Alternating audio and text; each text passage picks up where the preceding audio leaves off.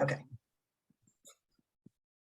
Okay, great. We'll join the catch up. So is it okay to start? Is if you in the audience here are not seeing the captions, you're probably not hearing this question either. If you are seeing the captions, can you just raise your hand and say, it's okay? Good. Okay. Okay. So I'm going to welcome everyone to our second chapter meeting of this 2022-23 season. We are going to be on Zoom for the foreseeable future, as I explained last time. And we're going to try to start the meetings pretty promptly at 6 o'clock, although there are, there's always things that come up. So this meeting is recorded, and I think all of you had that pop up on your screen. The caption video will be available on our website. It takes about 3 or 4 weeks to go up. And just in terms of future meetings, if you go on our website under programs and chapter meetings, you will see links to all our future meetings. They're already posted there. So if you ever have any trouble or think you don't have the link, just go on the website and you can click on through there. The last time I gave a slideshow on how to use Zoom, and I'm not going to do that again because it takes a long time, but for anyone who's not really comfortable with Zoom, there's a bar of icons running across the bottom of your screen.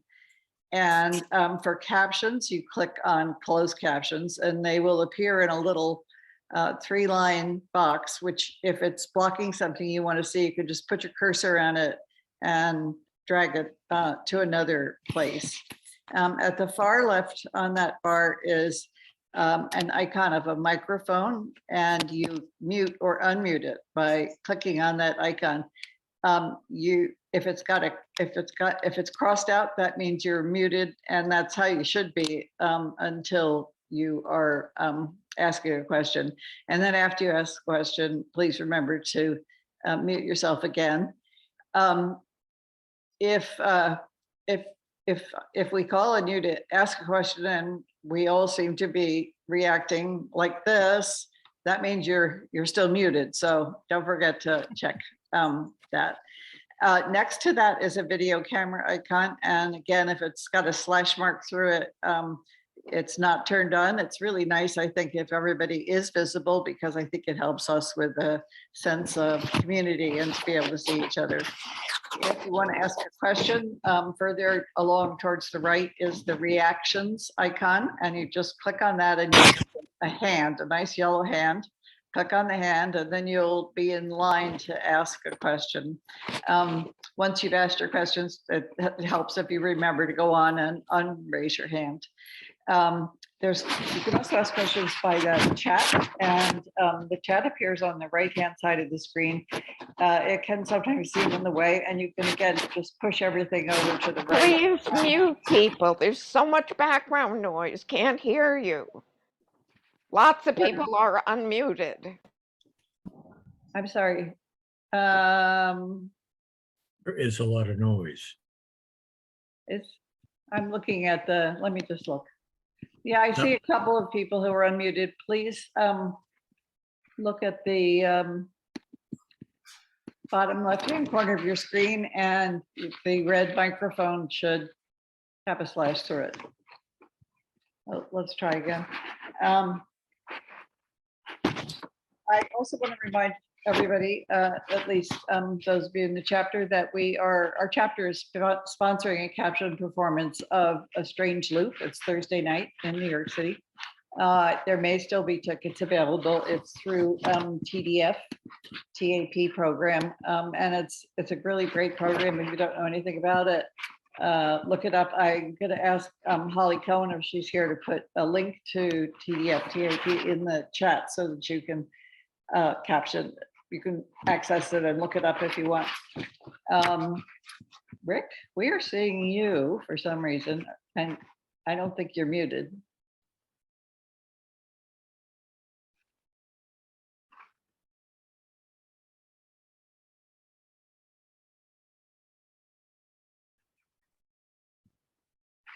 I'm sorry, Georgia, I'm not hearing any background noise at all. I'm hearing somebody Catherine, I think- rustling papers. Maybe it's you. Catherine, I think it's you. Oh, it might be me, actually. Yes. Oh, thank you. Okay. All right. Yeah, I always forget where the microphones are on my, thank you. I'm glad you told me that. Okay, everything is ready. So now tonight's speaker, as all of you know, is Nina Kraus, and we are very excited to have her. She is a professor of communication sciences, neurobiology, and otolaryngology at Northwestern University. She is a biologist and amateur musician, and she thinks about sound and brain health, and that's what her research is about. Her research has found that our experience with sound shapes how our brain makes sense of the sounds we hear, and she's going to be talking about that. She has written a really wonderful book called Of Sound Mind: How Our Brain Constructs a Meaningful Sonic World. It's challenging in a good way, and it's also very readable. And Dr. Kraus, if you have a copy when you are on the screen, hold up the book so everybody can see what it is. Please hold your questions until after Dr. Kraus has finished with her presentation.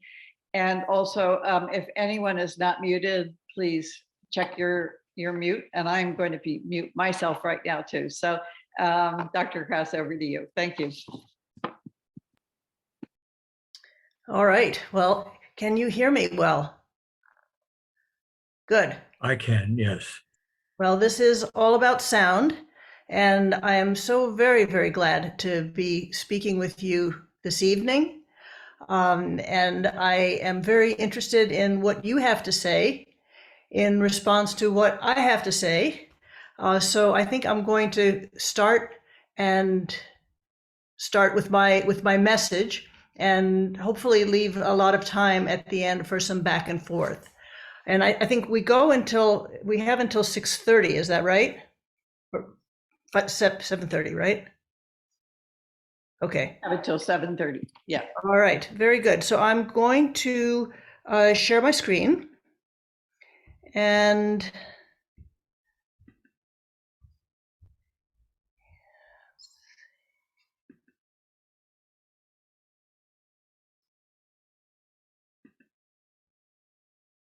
all right, so everyone can see my slides? Yes, good. Yes. All right, so this is about hearing loss and the sound mind. And I think if you go to our website, our magical website, which I really hope you do, that you spend some time there, you will find on the home page that we study many things. We study bilingualism, head injury with concussion, listening and noise, aging, reading, music, autism, technologies, neuroeducation. And you might wonder, what are they even doing at Brain Volts?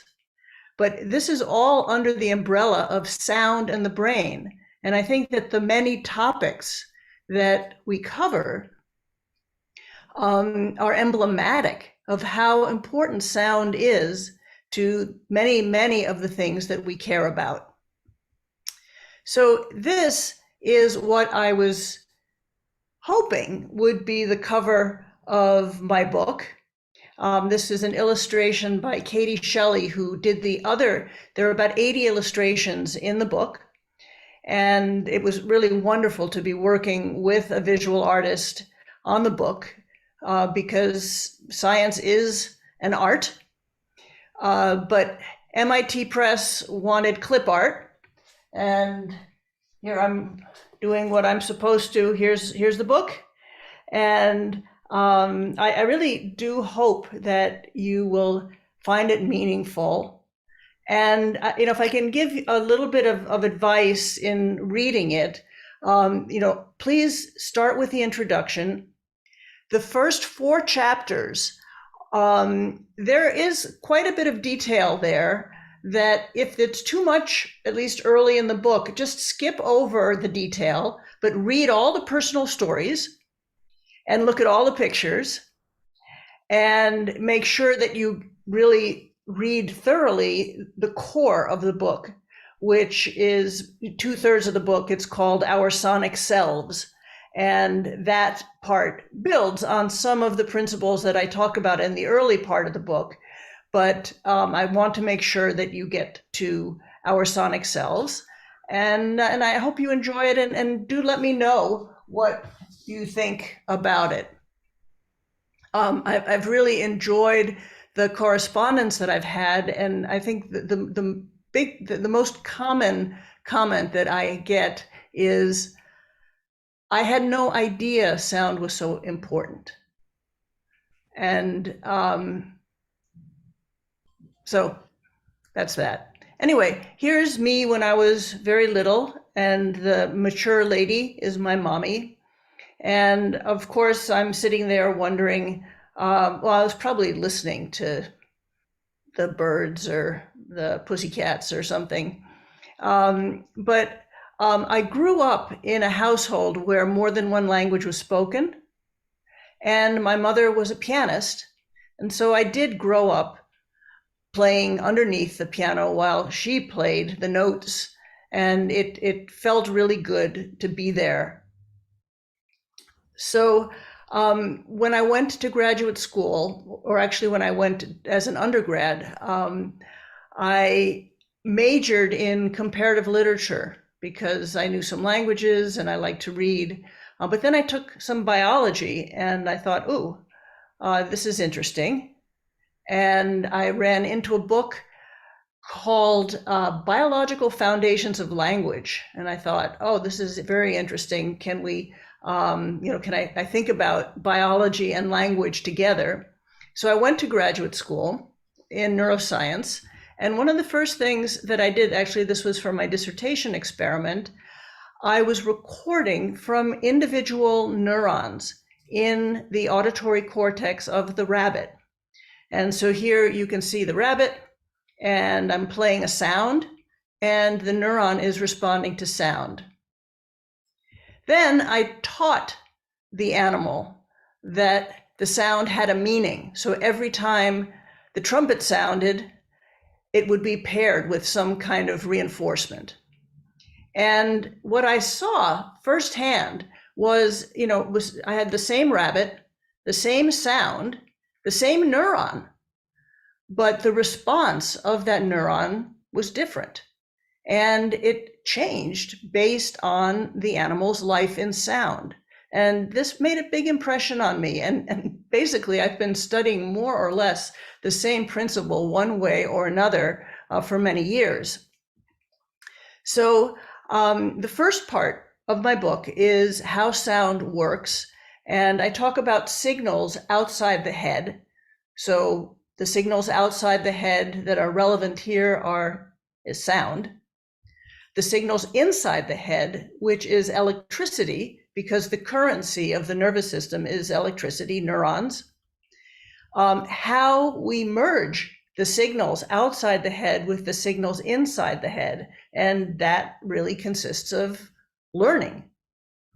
And then I tell you the story of what my lab, which we call brain volts, what we have been thinking about and how we have pursued the question of sound in the brain over many years. So probably one of the most important principles that I want to get across, and that is very, very relevant for hearing loss and deafness, is that the hearing brain is vast. And so sound, of course, enters the ear into our brain. We have pathways that go from the ear to the brain. They're called afferent pathways. And then pathways that feed back, and they are called the efferent system. And importantly, how we hear is influenced by how we think, so what we know. It is influenced by how we move. It is influenced by our other senses, how they are integrated, and it is very influenced by how we feel. So as an example of that, I want you to listen to a sentence and tell me if any of you can make sense out of it.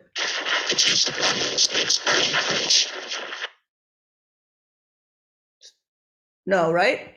Oh. Well, here is the sentence clearly. The juice of lemons makes fine punch. Now I'm going to have you listen to that first sentence again. Much So- easier. Right? So do you believe me now that what we know about sound influences how we hear it? So we have this classical auditory pathway, the ear to brain pathway, the afferent system. We have these pathways that feed back from the brain all the way, the ear listens to the brain. But importantly, it is informed by how we feel, how we think, how we move, how we integrate our other senses. And the more formal way of saying this is that the hearing brain engages our cognitive. So cognitive is memory and attention, what we know. Cognitive, sensory, all of our senses, motor, movement, and reward, how we feel, systems. So the hearing brain is vast. And when we hear, we really do engage all of these systems. And it is very important to keep in mind when we have a hearing loss, all of these elements are still active. So we measure at Brain Vaults, we measure sound processing in the brain by putting scalp electrodes on and delivering sounds. And we can measure how different life experiences affect sound processing in the brain. Now, we live in a very visually biased world, and sound, people really don't recognize how important sound is because it is invisible.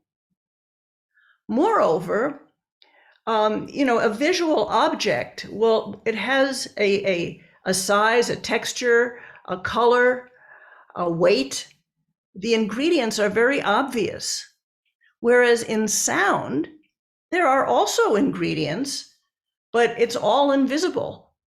But you all know that sound consists of pitch, how high or low a sound is, timbre, the harmonics, the phase, the loudness, timing. So many aspects of timing are part of sound.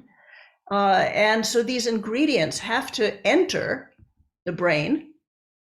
And I like to use the metaphor of a mixing board, because the mixing board can tell us how good a job our brain is doing processing these different ingredients, these different sound ingredients. And that can really give us a lot of information about what ingredients may be, where are their bottlenecks because of a language impairment or a hearing loss, and where are the strengths. So here, with this little guy, here's the sound wave, and we deliver the sound wave with an earbud. Here are 3 electrodes, and they're, as I'm talking to you now, the neurons in your brain that respond to sound are producing electricity. And we can measure that electricity and then look at our mixing board and see which elements of sound this guy is processing strongly, where are his weaknesses. And you can also see that the sound wave and the brain wave actually physically resemble each other. So we're really capturing the brain's activity with remarkable precision, and the biological response that we use is called the frequency following response, FFR. And if you look again on our homepage on our website, there is a little video, a little demonstration of our biological approach that you can look at if you're interested. So we use the what we call the mighty da a lot because a da has both a consonant and a vowel. It has a very discrete onset. It has all kinds of timing elements. It has a fundamental frequency, which is a pitch. So if I would say da, a child might say da. And the harmonics are very important in sound because the harmonics are what tell us whether I've said da or ba or ga. The harmonics also tell us that they help us distinguish if you have two instruments playing the same note. You know that a tuba sounds different from a piano, and we do that based on the harmonics. The FM sweep, which is really just a change in frequency over time as you go from the consonant to the vowel or from the vowel to the consonant again, that also is very important for the perception of sound details. So just by presenting a sound like this, we can get this rich information about how a particular individual is hearing. We can also listen to the brain. As I'm talking to you now, the microphone in our device is picking up the sound waves and delivering it to a speaker. We can listen to the sound coming from the speaker, and if I have scalp electrodes on you, your brain will be producing electricity that then we can sonify. We can play and listen to the brain. So in this example here, this fellow is listening to this sound.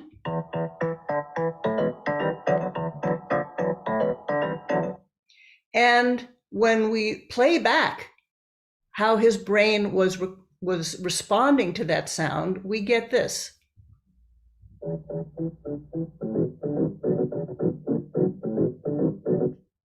So we have a lot to work with, and you can hear that the sound wave resembles the brain wave. Or actually, I said it backwards. It's the brain wave that resembles the sound wave. This is my favorite example. You will first hear Deep Purple and then the brain.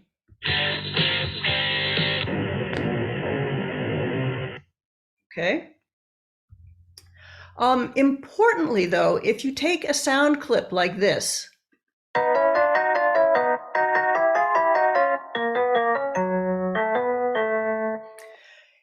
each one of us will hear that sound clip differently. We all hear the world differently.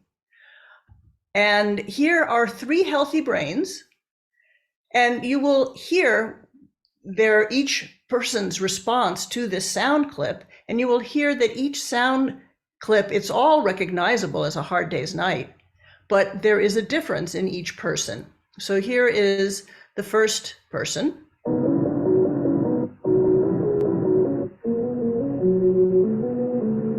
Second person.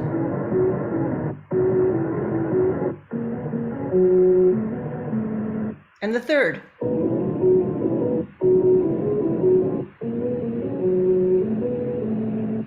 Think of it this way. We all have noses.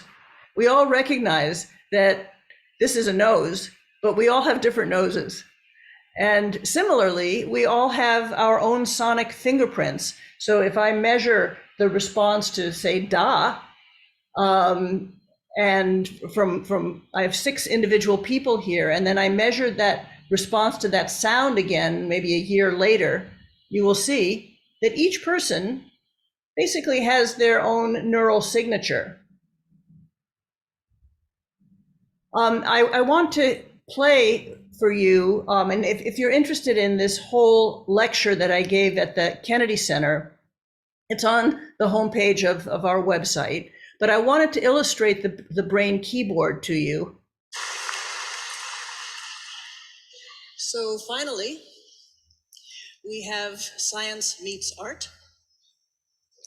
Here is the brain keyboard. And we have recorded the brain's response to every note on the keyboard. Can you play a couple notes for us? So this is the brain's response to individual notes. And now you will hear Mark Meadows play the brain.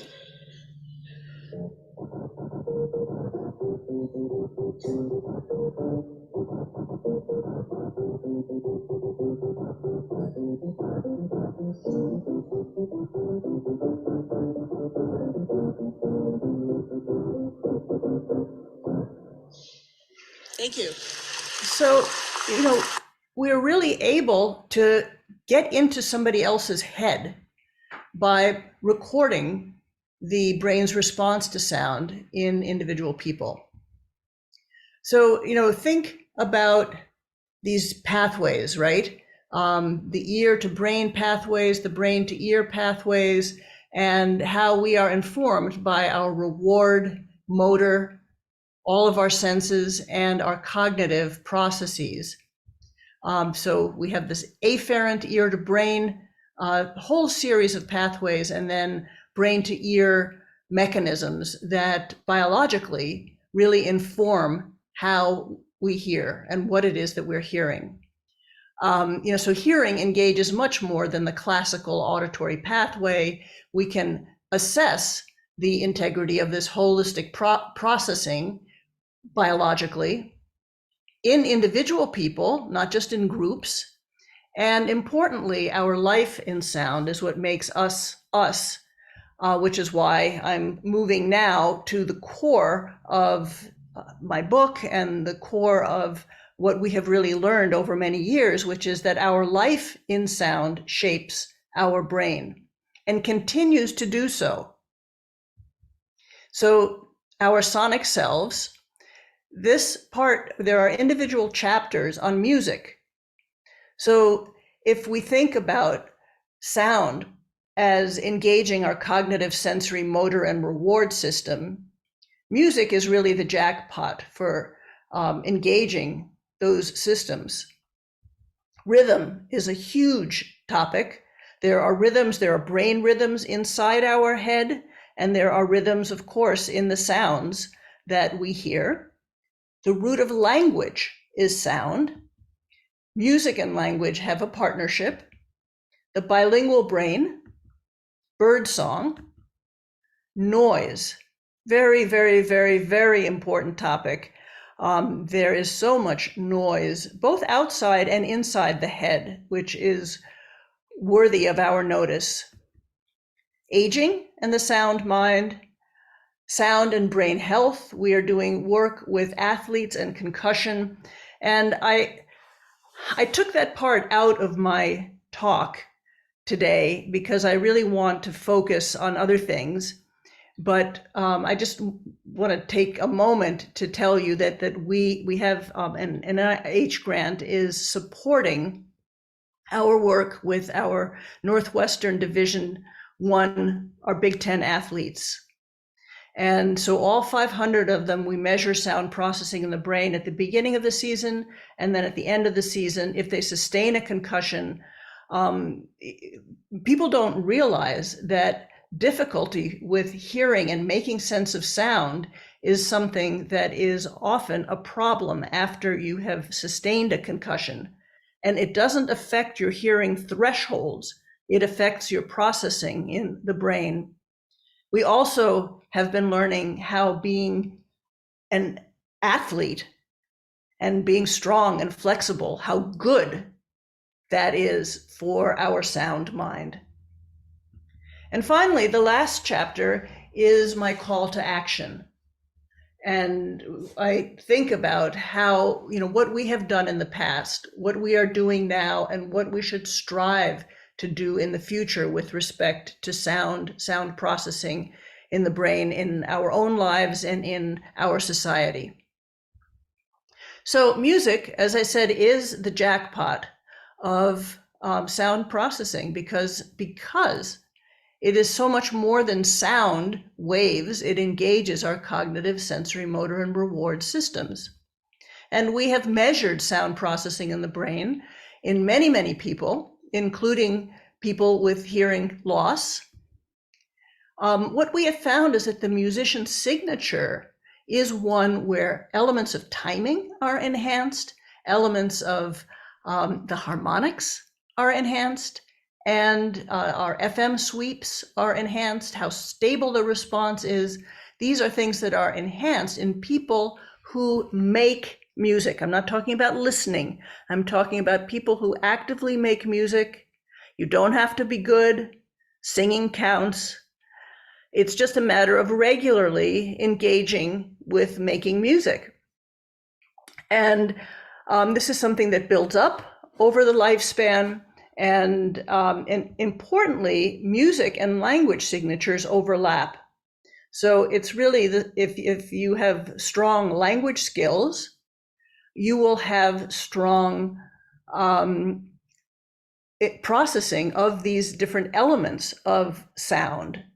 So there is this real reciprocity, because people think of, the harmonics, they think of timbre in the context of musical instruments, distinguishing one instrument from another based on the harmonics, on the timbre. But this is also how we distinguish one speech sound from another speech sound. Emotion.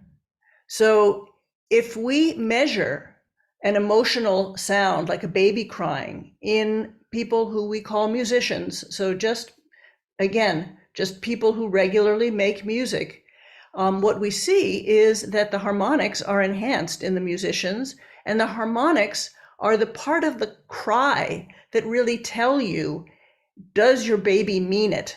Is this important? Should you be getting up? Or in the middle of the night, would it be much better to just let him cry for a while and then you'll both have a better day tomorrow? The non-musicians are stronger in the fundamental frequency, which is it's a simpler part of sound processing, and that is really what they are holding on to and even enhancing in order to make sense of sound. So we really do, even for all sounds, for emotional sounds, for any sound at all, we are very influenced by how we have spent our lives in sound. Rhythm and language coincide. I think this is the best, everybody thinks, oh, well, of course there is rhythm in music, but there is rhythm in language. And I think, at Brain Volts, we have done many studies across the age span where we measure rhythm skills in the same person and then sound processing in the brain in the same person. And we find that, for example, a little person who is able to synchronize by, for example, tapping along to a beat, these are the people whose brain responses to sound are more synchronized. They are picking up on brain rhythms, and importantly, the children who synchronize to the beat and have more rhythmic brain patterns have better language skills. I think this little clip illustrates how much rhythm there is in language. You're a cheat and a swindler. That's what you are. How can you do a thing like this? Build up a little boy's hopes and then smash all his dreams to pieces. You're an inhuman monster. I said good day.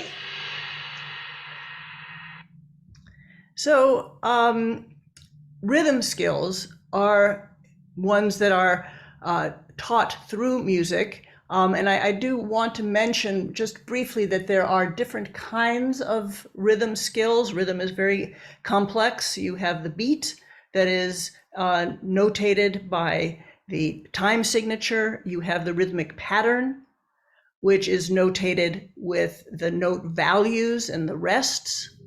And music inherently has these different elements of rhythm, which are important not only for making music, but for making sense of language. We have done a bunch of work where founders of music programs have come to us and have said, Nina, we know that the children who make music are the ones who are doing better academically. What is going on in their brain? So we undertook a series of studies where we had kids matched in every way that we possibly could. One group had music instruction and the other group had a different form of enrichment activity.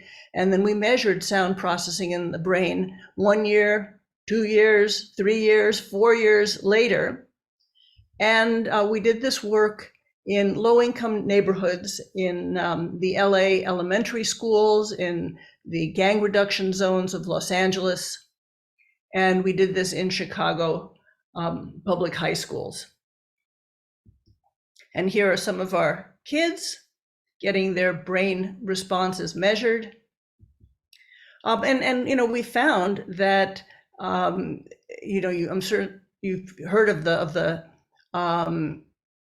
the achievement gap that gets bigger, especially in low-income areas, that over the years, the gap between the kids, the good readers and the poor readers, gets wider.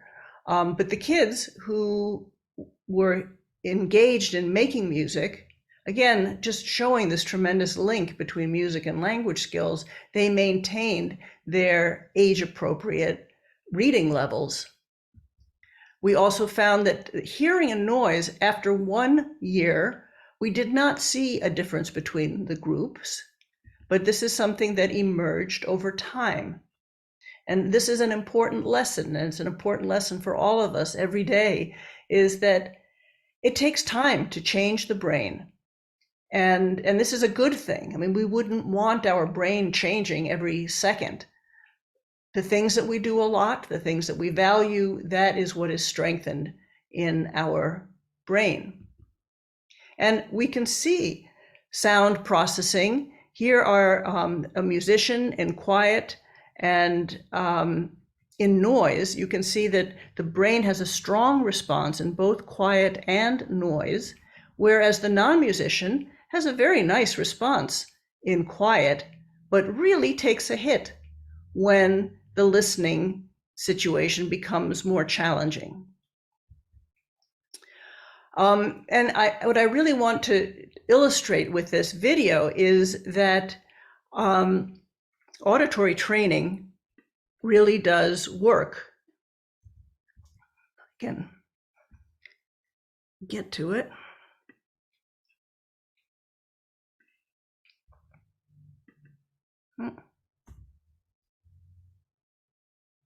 No, I get that's coming up. This is a child, and he happens to be my grandson, who is very cued in to sound, and children are. And one of the things that we know is that children who have not spent a lot of time engaging back and forth with their caregivers with sound often experience educational difficulties, and you might think of them as being somewhat linguistically deprived. And one of the things that we discovered is, again, in these low income areas, that we can look at the signature of poverty. And we were able to look at the kids in the same classroom and divide them based on how much education their moms had. And the kids whose moms had more education and presumably spoke to their children more. There have been studies done by others, which they call the 30 million word gap, and showing that kids whose parents speak to them a lot and have more education will hear 30 million more words by the time they are 3 than parents of people who do not have as much education. And so we divided the kids this way, and you can see that there is not only the brain response to sound is clearer in the kids whose moms have more education, but also there is less neural noise, which you can think of just the neural activity that is happening in the brain that is impeding the processing of any sensory information. And we wondered whether music might help offset the signature of poverty. And it did, to an extent. It didn't change the noise in the brain, that remained the same, but it did boost the processing of these different elements, these different ingredients of sound, the harmonics, how stable the response was, the timing, the FM sweeps, these aspects of sound that are so important for language. And we also see different enhancements. These are different enhancements, but enhancements nonetheless in people who speak multiple languages. So, this is a form of auditory training. It takes time to shape the brain. We saw changes, incidentally, in both in school and after school music programs. After the first year in both both Chicago and in LA, we did not see fundamental changes in sound processing in the brain. This was only something that we saw biologically after 2 years, 3 years, 4 years. We also have learned that having music instruction or playing a musical instrument early in life really helps us as we get older, because, when I speak to an audience, I often ask, how many of you played an instrument sometime in your life? And many people raise their hand. And then I ask, well, how many are still playing? And, not that many hands go up often. But the fact is that having made that investment early in life and having taught the brain to make very robust sound to meaning connections early in life really pays dividends as we get older and we have difficulty hearing a noise. We can hear better because of that experience. So music is important for many reasons. One is because it is so tied to memory. And so our memory is very much what makes us us, and is something that we draw on when we are listening. And think about how we have changed as a society. We've been making sense of sound for hundreds of thousands of years, but we've only been reading for maybe 3,000 years. And listening is something that really does strengthen our memory system. So what happens as we get older? First of all, I really believe that healthy aging begins early. And if you look at a typical older person, what we often see is, so here is the brain's response to sound. You can see that the older person has a noisier response and there is less discreteness of the sound ingredients. But if you look at an older person who has continued to make music, that's where we see the biggest strength. But even in people who have just made music, 40 years ago, we see that their sound processing is more precise and stronger and very much resembling that of a younger person. So there are many ways to strengthen the sound mind with computer-based auditory training programs, speaking another language, making music, and certainly getting a hearing aid or a cochlear implant when there is a hearing loss. So now I really want to focus a little bit on hearing loss and the sound mind. We know that there have been studies showing that if you do not if you do not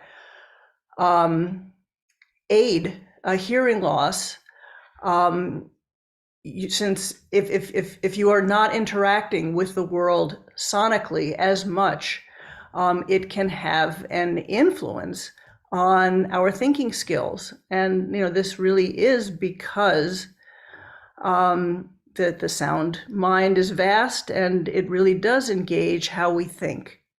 So this is important, and it's really an important reason why, if we are experiencing a hearing loss, it's very important to get a hearing aid or a cochlear implant if we need one, and give that sound information to our brain as well as it can be.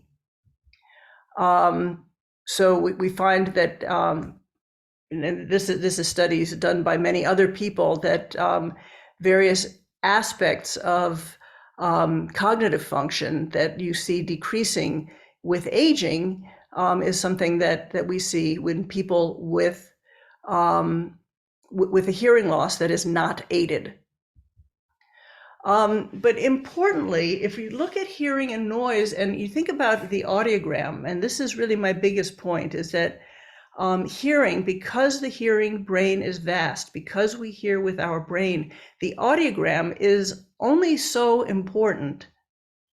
It's by no means the whole story at all. I mean, you can take two individuals who have identical audiograms, and one person will have very good hearing and noise ability, and another person will have a terrible time understanding speech when you're in a noisy place. And the biology can really arbitrate. I mean, we can really measure sound processing in the brain in these people who have identical audiograms, and lo and behold, the people who experience less difficulty in noise are the people whose brain responses.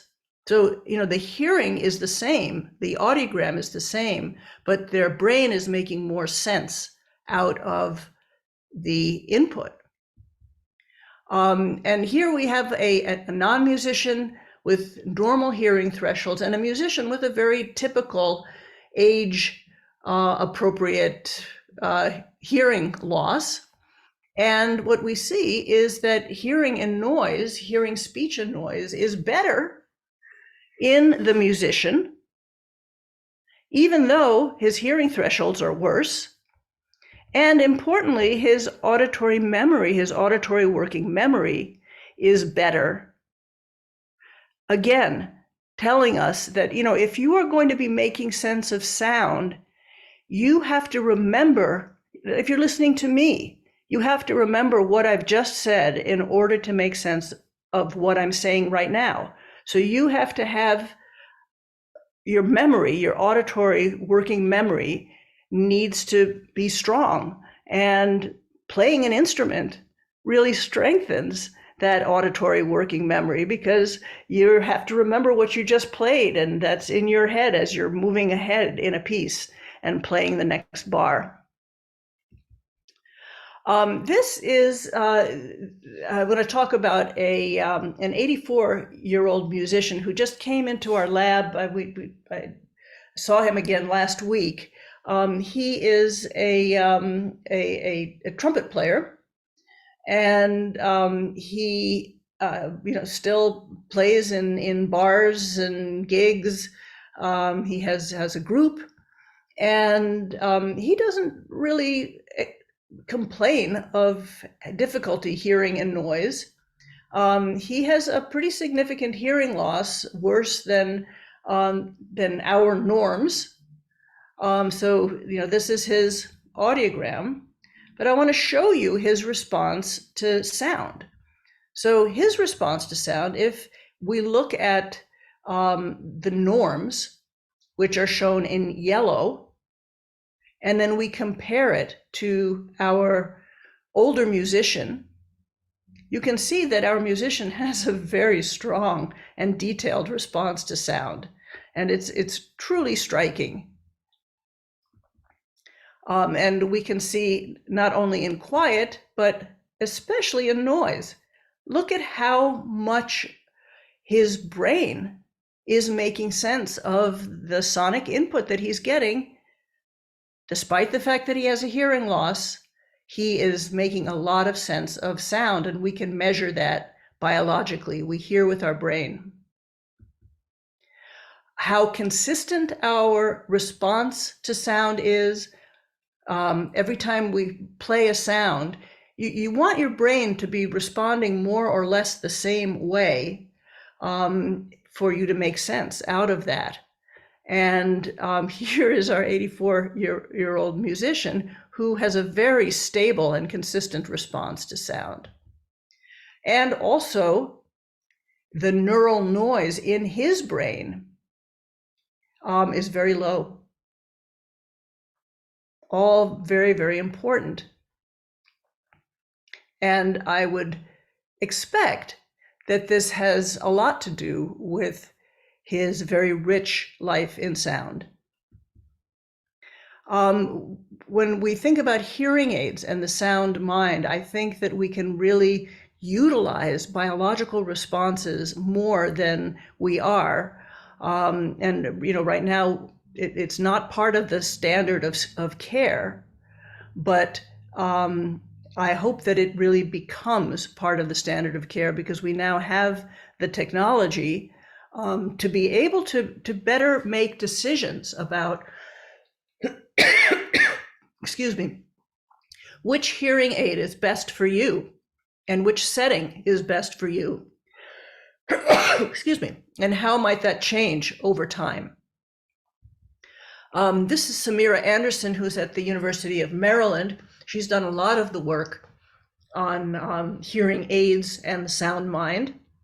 And again, she finds that timing cues are really helped with a hearing aid. And you can see the brain responses here.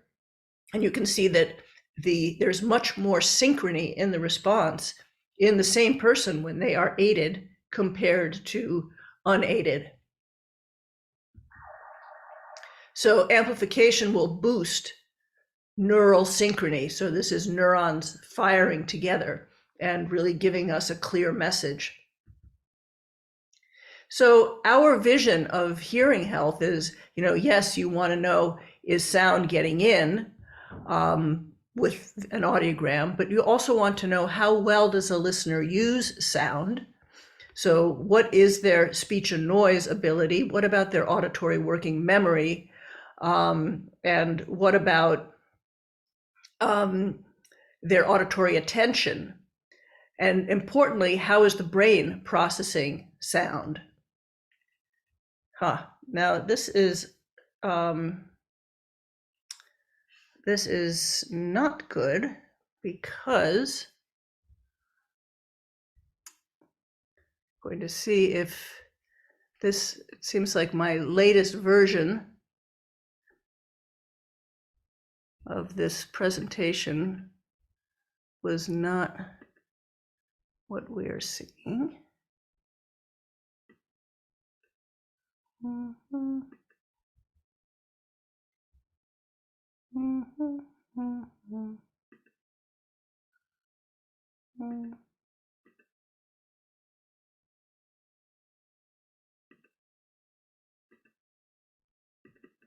Let's see.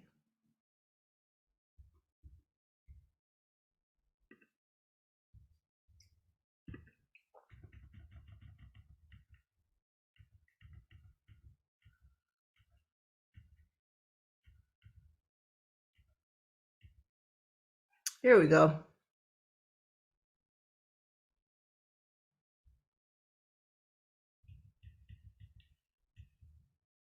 I'm going to back up just a little bit here.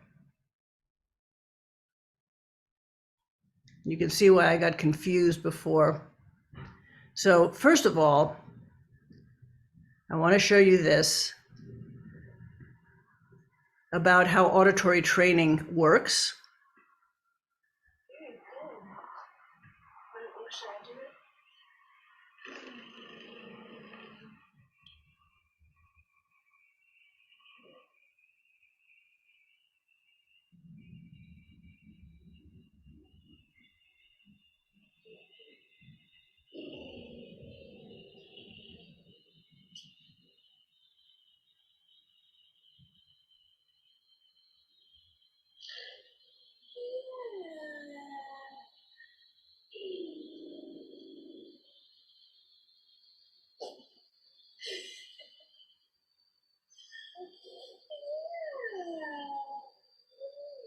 Audio is not being shared?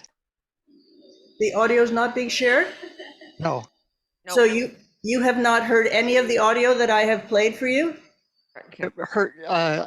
Up this last segment, I hear it in the background. It's coming through your microphone, but it's too low a volume. Okay. Did you hear but you did hear some other of the segments that I played, right? Earlier segments, yes. This last one, not. Okay. Well, let's just move on. Thank you. So this is hearing loss and the sound mind. And, you know, there is Beethoven, right? And I want to, you know, he certainly has composed some of the best music that we have had the pleasure of trying to play, listen to. And many people, myself included, find that the music that he composed when he was deaf is his best music. There's a wonderful book that I can recommend to you by Robin Wallace. It's called Hearing Beethoven. And he is a Beethoven scholar at Baylor. And he also, this just happened, you know, after he was a Beethoven scholar for many years, his wife lost her hearing and got a cochlear implant. So he had a really rich insight into deafness, both with his scholastic work in studying Beethoven and with his wife. And he says, to the question, how did Beethoven compose some of his masterpieces after he lost his hearing? And his answer is the same as he always did. He improvised, he revised, there was no dramatic change, no before or after deafness. There was only an ongoing refinement of his relationship with the piano. Rather than envisioning Beethoven as a bird without wings or a fish out of water, we might think of him as a pilot flying safely without working navigational instruments, but with a deep bodily knowledge of how to steer an aircraft. And I bring this up also because my son, and you guys are in New York, he's a chef. He has 3 restaurants. They are called Hearts, Servos, and The Fly. And he is actually life-threateningly allergic to dairy products. And yet he cooks with dairy. He makes some of the most delicious custards that you can ever have without tasting them, because he understands food. So, you know, we are so embodied and so multi-sensory in ways that we really don't appreciate every day.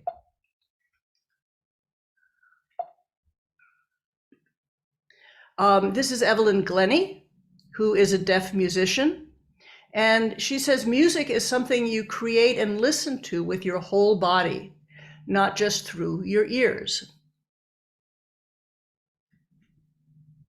Here is another musician who has said what I enjoyed, you can see my spelling here, about playing when he was talking about going to a music camp. About playing was the visceral sensation of producing beautiful sounds. Even with impaired hearing, it felt good to be doing that again and to be part of an ensemble, which is another part of what I'm going to get to, which is the idea that sound connects us. So I did this, talked about Bobby. Okay, so I'm wrapping things up now. And I want to talk about deafness and the sound mind. So one of the questions that I am asked most often when I'm giving a talk is, well, you know, what if you have a hearing loss? What then? And this is really something I have been I addressed to some extent in the book, but I really want to dig into deeper, and I really welcome your input. So we know that hearing is a felt sense. We know that stimulation of the fingertips can enhance auditory perception. We know that there are centers in the auditory pathway that respond not only to sound, but to touch. Helen Keller learned to speak through touch. And the deaf are super touchers in terms of various measures that can be obtained. And this is, again, getting back to the idea of what we do is very important for how we hear, because it's so reciprocal that we control the tone of an instrument with tactile feedback.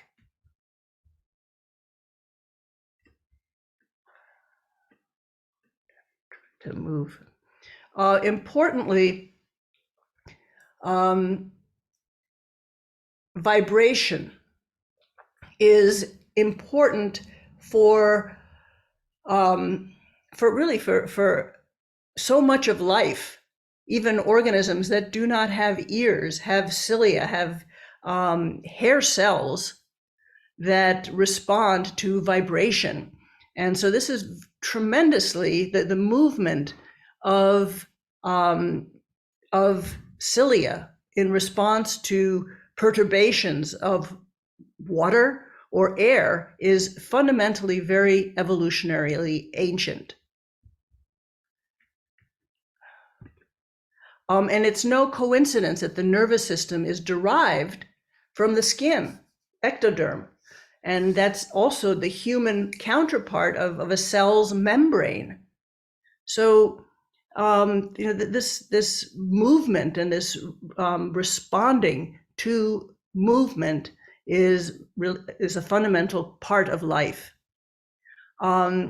So we don't sense with our sensory organs per se, we sense with our brain. Our brain is an organ of prediction based on our experience. We, even as I'm talking now, a lot of what you are hearing is based on what you are predicting based on so many of the things that you know, because we integrate sensory information with memory, hormonal states, our predispositions and our cultural preferences and our experience. This is very much how we hear. And, before I had played the brain keyboard, one of the things that we're really interested in right now that we are working on is we are recording people's responses to this brain keyboard, to these individual notes, people who have hearing loss. And we are, one of the things that I think probably many of you complain about is that hearing aids do not do a great job with music. We need to understand that better. And I think that we can not only analyze the responses that we derive from the brain keyboard, but we can actually play what it sounds like. And that, to me, I think is a tremendous amount of information that we've never had before. And it's something I'm tremendously excited about. So, I showed you this slide, but one of the things that I did want to say is that I really think about hearing health and a hearing health provider as think of a model of a personal trainer. This is somebody who you have a relationship with. And, healthcare is not really designed that way anymore. We are all treated as interchangeable commodities, including physicians. And yet where you really learn, and the best physician you can have is one who has followed you over time. And that is never as true as it is when you have a hearing aid and or some hearing device that a person is learning to use over time. So I'm going to end with my little beams hypothesis. The B in beam stands for brain, and experience with sound changes our brain through this pathway, this brain to ear pathway, the efferent pathway. So that's the E, that eventually becomes our default response to sound, our afferent response to sound, ultimately leading to our memory for sound. So for example, if you are sleeping and I say your name, your brain is going to respond to the sound of your name, because you have learned, it has become a deep part of your memory. You have learned that that is a sound of consequence. So our experience with sound shapes sound processing in the brain. Sound very much connects us. And in this world these days that is especially divided, more than ever, we need sound to connect us. Hearing is a whole body experience. It is holistic experience. And what I am hoping now is, I really am delving into this idea more thoroughly. I am hoping to write another book, which I would call Deafness in the Sound Mind, which is the response to my most frequent question, which is, what if you have a hearing loss, then what? And part of what I will want to do here, and I've begun doing, is interviewing people. I would love to hear from you. What are the questions? What are the aspects of having a hearing loss that you want people to know? It's very, very important that what we do every day is something that we think about, because it changes who we are. So we have many choices to make, and we need to make the best choices for our children, for ourselves, for our education, for medicine. Sound really embodies what Ian McGilchrist, who is an author and a physician, he talks about betweenness, which is this back and forth that happens when you're having a conversation. And even, as I'm hoping now in a few minutes, we'll go back and forth and not have a script, but we will be in the moment, very much interacting to each other in the same way as what happens if you sing harmony with somebody. Some acknowledgements. It takes a community to do the work that we do. It's very interdisciplinary. These are the alumni who have been through Brain Vaults. We have an educational community. We have a music community. We have a clinical community. We have an athletic community. This is our current group at Brain Vaults. And again, I want to invite you, please, to visit our website. One of the new things that we've put on the website is you'll see this tour bus icon, which is a 2-minute video that will help you find what you're looking for better, because there's a lot of information on that on our website. And also, if you feel that you can donate anything, any resources to our lab, we would welcome that, especially now we're kind of in between grants and funding, and it's always a struggle. So thank you for keeping us in mind, and thank you so much for listening to what I have to say, and I'm really interested in listening to what you have to say now. Thank you so much, Dr. Kraus. We have some questions lined up already. I just want to remind everybody that if you have a question, click on reactions at the bottom of your screen and you'll see the little yellow hand, and then we'll call on people in order. So the first person is John Taylor. Thank you. That was a terrific presentation, and there were a lot of people here, and they stayed through almost all of them stayed through the entire time, which is, I think, a measure of how much they loved it. I have a quick question, maybe not a quick answer though. In the book, you write about plasticity of the brain, and you give an example, for example, that a ferret has a hair cell that's tuned, I think, to 8,000 hertz, but if you pair a 6,000 hertz stimulus with a reward, that hair cell can be trained to hear that 6,000 hertz stimulus. Does any of this kind of plasticity have any relevance to hearing loss and possible auditory training and things like that? Absolutely. It's very much the same idea, the same mechanism. In order to really make it a fundamental part of who you are, you can change a cell's behavior pretty quickly, but if you're really going to change it in a long-lasting way, and for it to become the default fundamental automatic response to sound, it takes time, and it takes time to change the brain.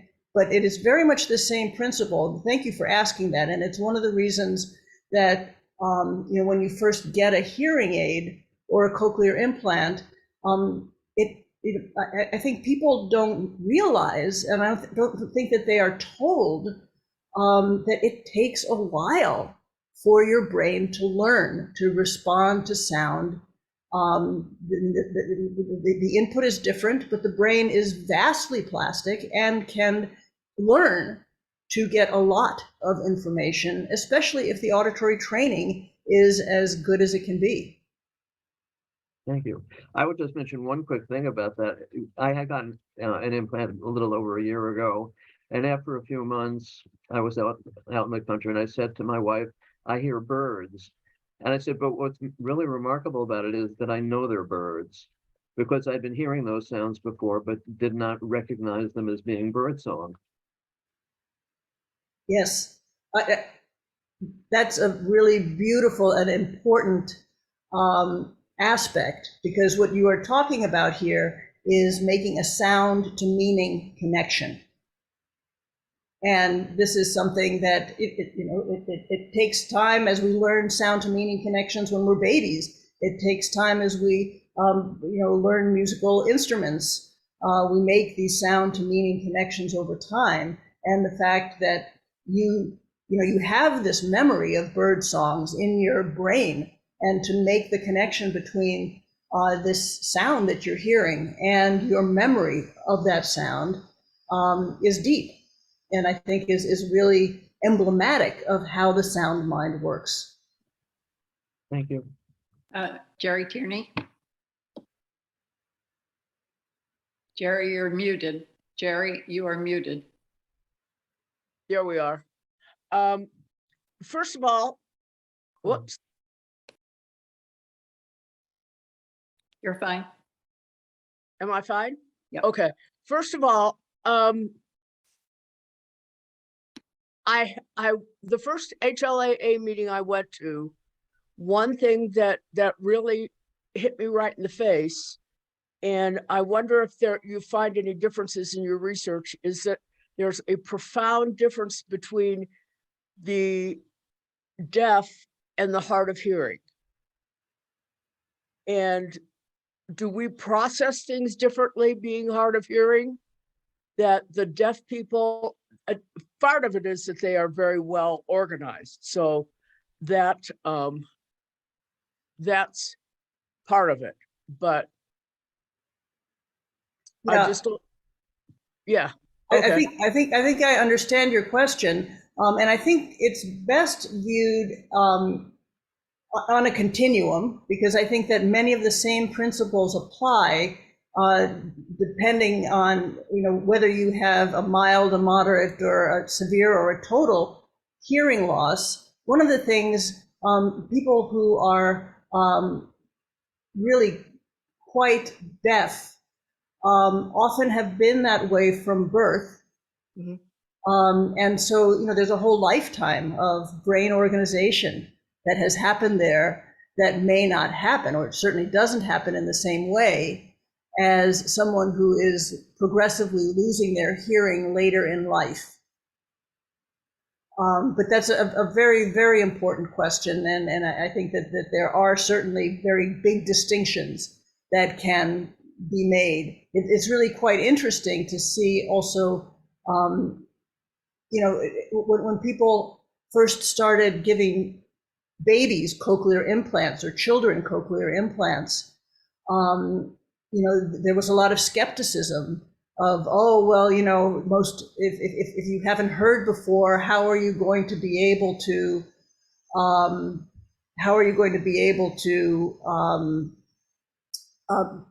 make sense of the sounds? And yet, we're so often proved wrong. It turns out that very young babies who have never made the sound to meaning connections in their lives that someone who had previously heard has made is learning to make sense of sound and to make sound to meaning connections with the sound that he is hearing as a baby through the implant, and they're doing remarkably well. Thank you very much. Ruth Bernstein. Ruth, you are muted. Ruth. Thank you, Nina. I have a progressive and now profound hearing loss, and I credit my audiologist for keeping me going so very well. But one of the things that she used to say to me, because I was able to hear music, was, your brain shouldn't be able to do that.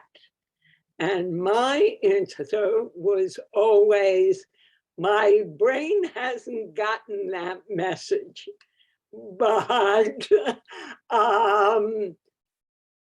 from what you're saying, it obviously has the message. And what I'm proposing is that the tests, the audiological tests that are done, need to be a little bit more complete with some brain input besides what we're reacting to in terms of sound.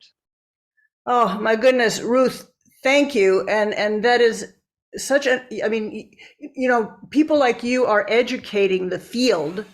Often an audiologist won't even ask, have you ever played a musical instrument? Do you like music? What's music like? Is this a part of your life? It's only been very recently that it's even, sort of crossed the minds of the audiologic community. And, we've learned so much from music, the musical brain, your musical brain, what you have to say about music and how you hear it. And, and just looking at people like Beethoven, we clearly hearing is such a multifaceted endeavor. And audiologic care, I'm hoping, will incorporate this information, and it's something that I really work hard to try to get across. And I think it's really slow, but we need you, Ruth, and that observation is a really important one.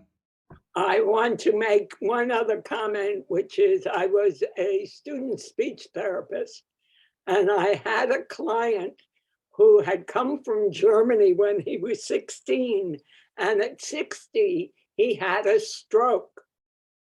He had been fluent in English all those years. And after the stroke, all that was left was the German. And it was at that moment that I understood that it was the brain that was the focal point of all of this. It was really an eye opener. You are an eye opener here, an ear opener. Thank you. You're so right. And you know, again, our experience with sound clearly changes our brain. It changes who we are. If you've made music, you have that as part of you. If you speak another language, that is a part of you. And your peripheral hearing is just a part of this very, very, very large and multifaceted and holistic process. Thank you. Thank you. Arlene? Hi, yeah, I'm really fascinated by this topic. I'm Arlene Romoff. I have cochlear implants. I'm deaf. My left ear is 25 years with a cochlear implant, and the right ear is 15 years with a cochlear implant, on top of 25 years of slow adult onset hearing loss. So there's a lot of cognitive stuff going on in my brain. I'm the author of 2 books, and the book you mentioned, Robin Wallace's Hearing Beethoven, he references some of the points I make in my book. One of which was, if you're watching a string quartet, it's more likely to sound like a string quartet if you look at it. And he used that point in his book. So among a few other things, and it turned out we have a mutual colleague. So that was interesting. But what I wanted to ask you about is very current. 2 weeks ago, I was getting soreness on my outer ear.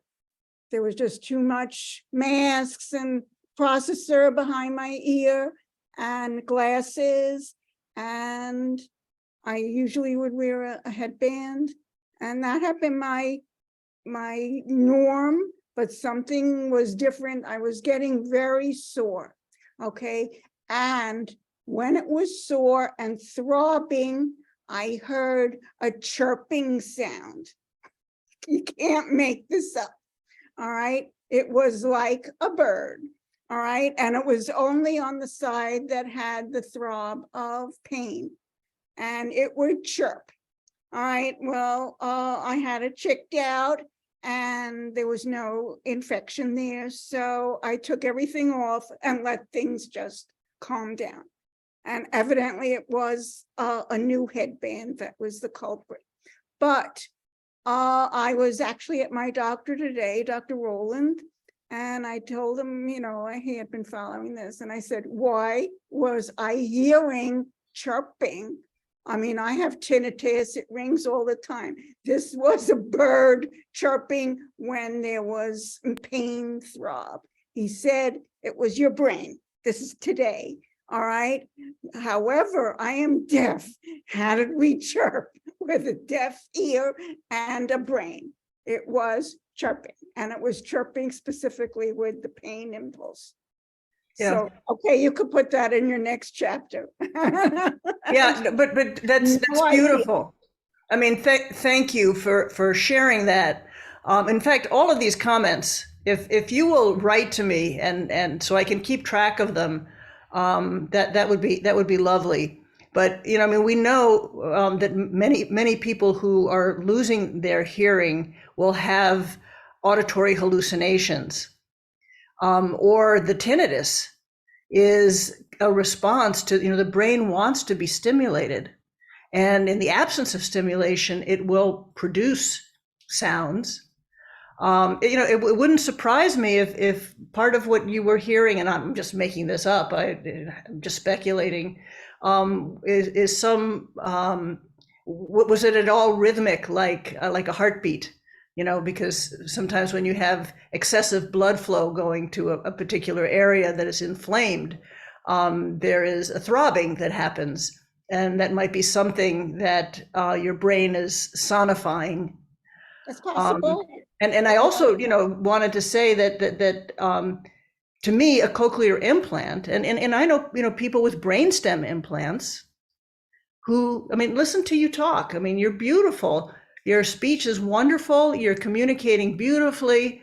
If this isn't an indication that we hear with our brain, you've bypassed the ear and you're making beautiful sense of sound. We have Thank time you for one all. more Listening question. right to you And because so, this was a new Arlene, one. Arlene, we only have time for one more question. So, Eve, barely that. Dr. Kraus, can you put your email address into the chat so that people can email you with their questions? Because we have quite a few people who didn't get a chance to ask their question. We're going to have to take one more question from Rosalia. And Rosalia, you are muted. There you go. Okay. Hi, I'll make it really quick. So my question is, first of all, thank you so much for this fascinating talk tonight. I've learned so much about the brain and how my hearing loss is affected by my brain. My question to you is this. So for over 20 years, I've had hearing loss. So someone will say something to me and I will hear them, but I instinctively always say what? And answer the question that I'm being asked. And I want to stop this behavior that I have. I want to stop saying what, because I do hear what is being asked and I respond, but my brain is always saying what, and I don't know if there's anything that I can do. Well, I guess what I would say is, there is training and practice, practice, practice, practice. But it makes so much sense, how I was talking about how the brain is a predictive organ. And so, you're predicting certain things and you have this life of experience of asking and wondering. And now that you don't feel that you need to be asking and wondering, I mean, chapeau, that's great, wonderful.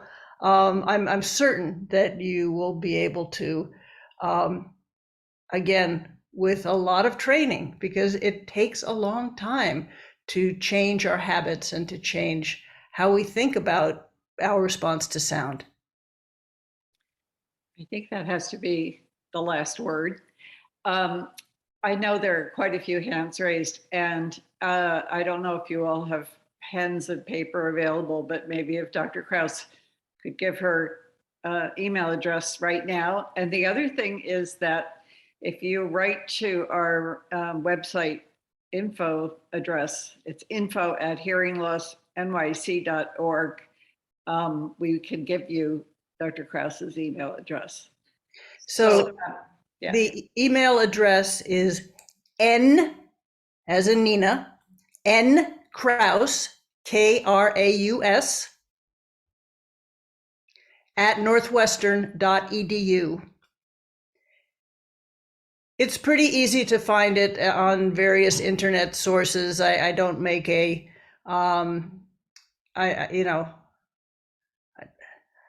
don't make a mystery of it. Okay, well, I think we do have to say thank you very much. This was obviously completely fascinating discussion, and a lot of people have questions still, including me. And a lot of you have answers. So write to me with your answers. What do you want? What do you want other people? What do you want the world to know about hearing loss and about your hearing loss? Answer that question and tell me what you think, and I will try to answer your questions in turn. And I just want to repeat, because there's a question in the chat, it's the email address for the Hearing Loss Association, our chapter, is info, INFO, @hearinglossnyc.org. So thank you so much, Dr. Kraus. I think we might have to have you back for part 2 of this, because there's so much as yet left undiscussed, but this was really wonderful. And look forward to hearing much more about you. Thank you. Thank you so much. Bye-bye. Bye.